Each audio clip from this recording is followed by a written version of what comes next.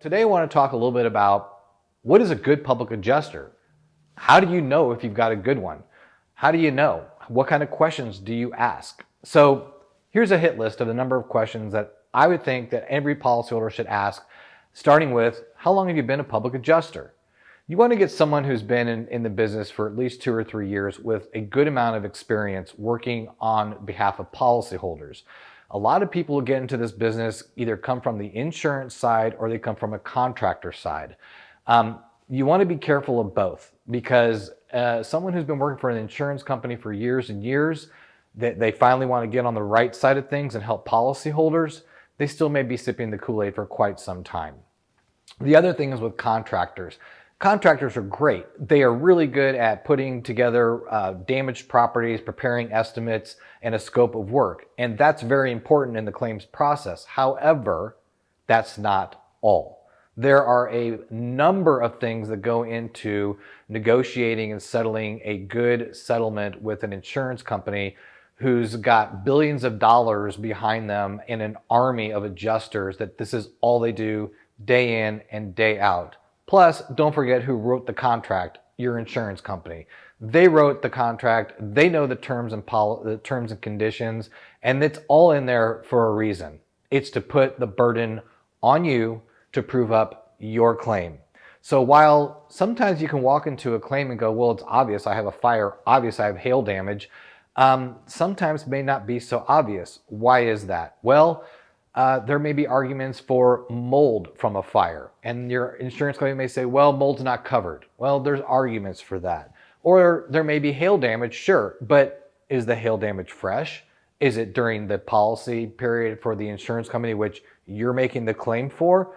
Did it happen a few years ago?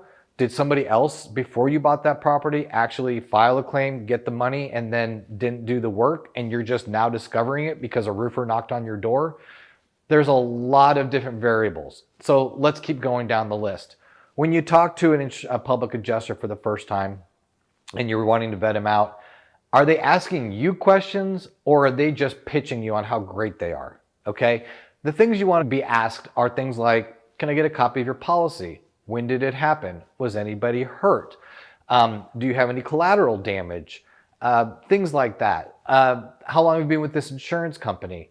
Then the next thing a good public adjuster will do if it's a weather-related event is they'll actually do some due diligence before they agree to sign a contract with you. And they'll want to know, when was the hail event? When was the wind event? When was the storm or lightning?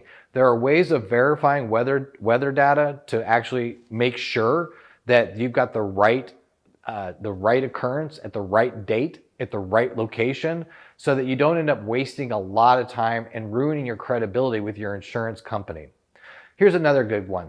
How do you bill? In other words, when an insurance company let's say you have $1 million claim and your deductible is $100,000. The insurance company writes a $900,000 check. You've got a public adjuster with a 10% fee contract on contingency. What should that public adjuster's fee be? If you said it should be $100,000, I would question the billing practices of that public adjuster. In my book, your fee is based on the amount of the check that's issued by the insurance company. If they don't answer that question based on the check amount, that's a red flag, and I would interview another public adjuster. Another question to ask a public adjuster is, what percent of your claims end up in litigation? If their answer is over 80%, you need to strongly consider getting a different public adjuster. A public adjuster's role really should be to settle the claim without having to escalate to unnecessary litigation. Same question is, in a different manner, is how many of your claims end up in appraisal?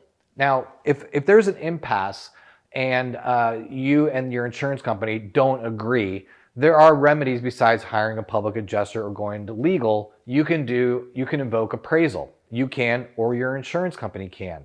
However, appraisal is a very, very, in my opinion, dangerous proposition. The appraisal clause is in your policy because your insurance company put it in there. Have you ever wondered why?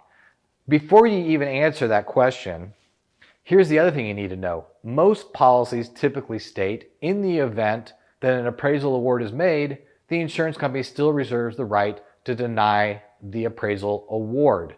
So what does that mean? That means, in one hand, you can have a non-litigious claims resolution by going to appraisal.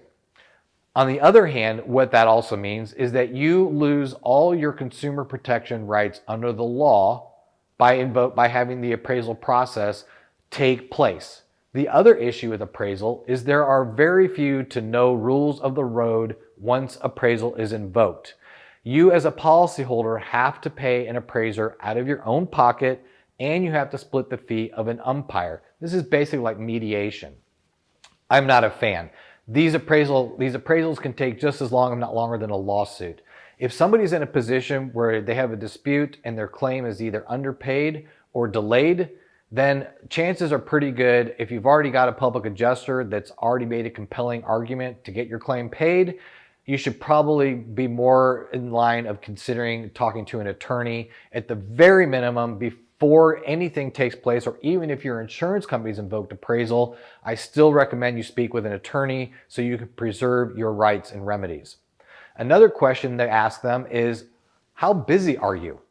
That's a great question, because especially during a time of disaster, a hurricane, a major tornado, a freeze, whatever the case may be, if a public adjuster is already very, very busy, you need to find that out beforehand, because you do not want to be the just lost, be a small fish in a big pond that just gets lost, and that can happen. We hear a lot of times, we do get phone calls from policyholders who are extremely frustrated and they want to know how can they get out of their public adjuster contract. We tell them to contact an attorney. Another great question that I love having policyholders ask, and that is, what percent of your claims do you say no to? If they say, we never say no, red flag, okay? We're not afraid to say no. We say no to a lot of claims simply because they lack credibility. A lot of times we'll get a phone call. They'll say, well, I had a roofer knock on my door. He said, I've got hail damage. I don't know if he does or he doesn't. It does or it doesn't, but the insurance company says I don't. What are your thoughts? Well, we have ways of vetting out a claim and looking at weather data. And if the material of the roof and the size of the hail and the age of the roof don't add up to what we know will constitute damage, we're going to say, thank you very much, pass.